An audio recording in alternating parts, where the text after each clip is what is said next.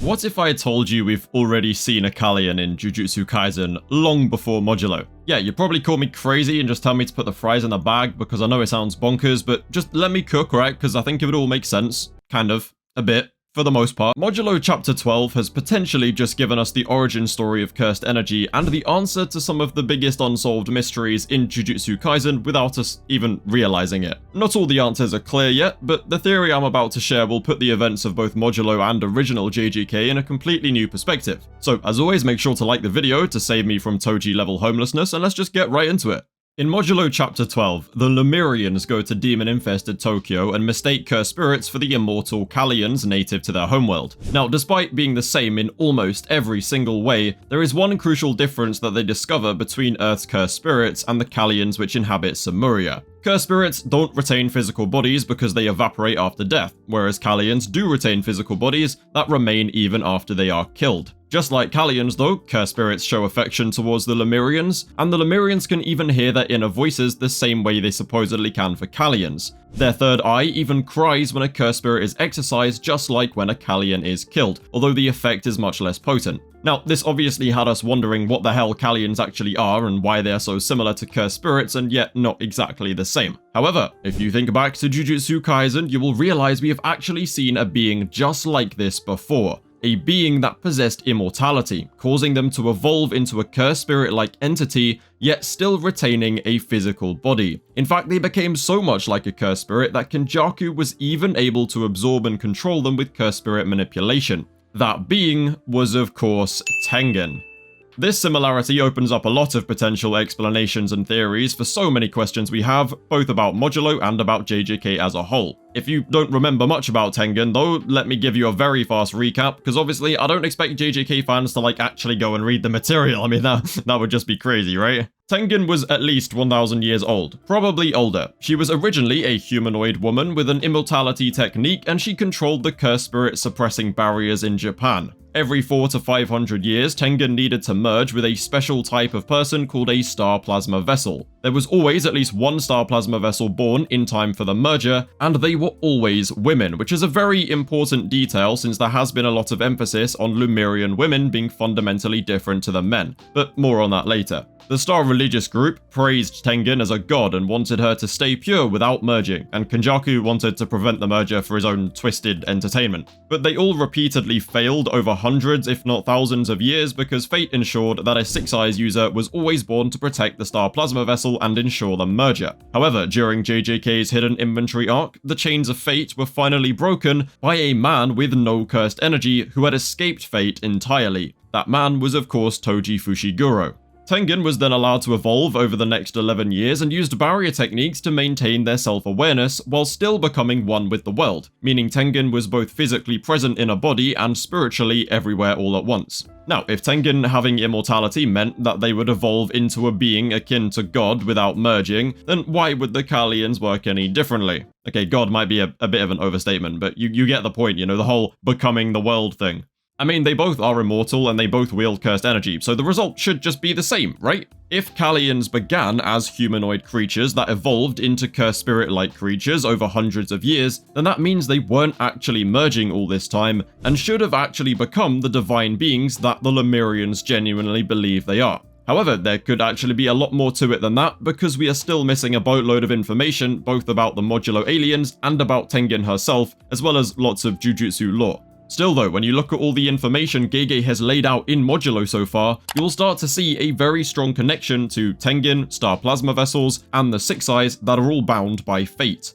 First of all, there is the fact that Tengen is the only other being in the series that perfectly fits the description of a Kaliyan. Secondly, there is the valuable information Maru told us in chapter 11 about how Lemurian women aren't born as sorcerers at all, but Deskuntan women supposedly are. Kaliyans and cursed spirits don't hurt or harm Lemurians at all, but Kaliyans do hunt Deskuntans. In fact, we know that in the flashback, the chief Deskuntan's daughter was devoured by a Kaliyan, which could suggest that they target women specifically. Keyword is could. We also know that Lemurians can hear the inner voices of Kaliyans in a very similar way to how the star plasma vessel Yuki Tsukumo could hear the voices of all the other star plasma vessels that Tengen had merged with over the years. Now, my initial theory was that Lemurians could actually be star plasma vessels themselves, which could explain why they have such a good relationship with these Kaliyans, and potentially why the women aren't born as sorcerers. But then again, Yuki Tsukumo was both a star plasma vessel and a sorcerer, so that doesn't necessarily hold. Of course, there is still probably a massive difference between Lemurians and humans, so even if some of these jujutsu mechanics and rules do work the same way, that doesn't necessarily mean they all do. I doubt it's a one-to-one, there's definitely some discrepancies between the two.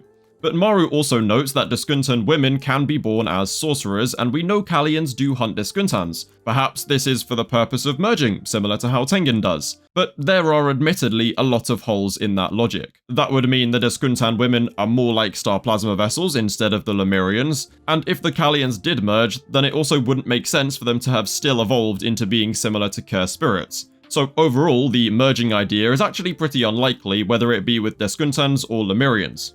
However, Lemurians being akin to star plasma vessels is still not a crazy idea, since there could be way more to the relationship between them than just the need to merge. And when I say relationship, I'm referring to how this mysterious force we call fate literally links Tengen, star plasma vessels, and the Six Eyes all together. The fate tying Lemurians to Kaliyans, however, doesn't necessarily need to be the same as what tied star plasma vessels to Tengen. We just need more information to figure out what the relationship between Lemurians and Kaliyans could actually be if it is a Tengen star plasma vessel-like relationship. But in Modulo Chapter 7, Yuka and Cross have a lengthy dialogue about breaking the Wheel of Destiny. And this Wheel of Destiny is a result of people having their lives stolen from them and then stealing from others in turn. The idea of wheels and destiny and chains of fate do seem to be a very deliberate theme present in Modulo. So the idea that Kaliyans and Lemurians have a fate-bound relationship similar to that of Tengen and star plasma vessels definitely isn't crazy. Especially since Yuki herself was a star plasma vessel that represented a very similar theme of wanting to stop Tengen from stealing the lives of other star plasma vessel girls in order to merge.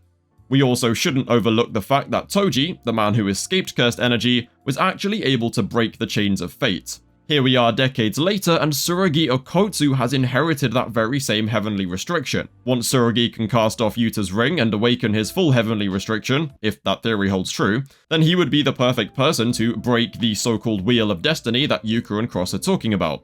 Like I said, these parts of the theory are very disjointed and messy because we don't have enough information or answers, but when you lay out all of this information, we do manage to see that there is definitely a way to connect all the dots. We just have to let Gege cook and the dots should just slowly connect themselves. However, the one part of the theory that I'm very confident in is that Tengen and Kaliyans are one and the same. Does this mean Tengen was originally an alien? Possibly, but that doesn't actually have to be the case at all. In Chapter 11, Maru tells Tsurugi that the Lemurians believe God sent the Kaliyans to them, and that the Kaliyans then gifted Lemurians with the ability to use Loraluka, otherwise known as cursed energy. I mean, sure, it might not be as literal as there being an actual god, even though that is totally possible because divine intervention would be a more than reasonable way of explaining things like binding vow enforcement, and how the Six Eyes/Limitless users are only born every few hundred years when Tengen needs to merge. But even if there aren't literal gods getting involved, I still think there is a lot of truth in the Lemurians' belief, because why else would Gege bring it up in a short story where he has very limited time to cram in all the stuff that he wants? Therefore, Tengen might not have been an alien, but she might have actually been the very first sorcerer to walk the earth, and she could also have been the progenitor of cursed energy.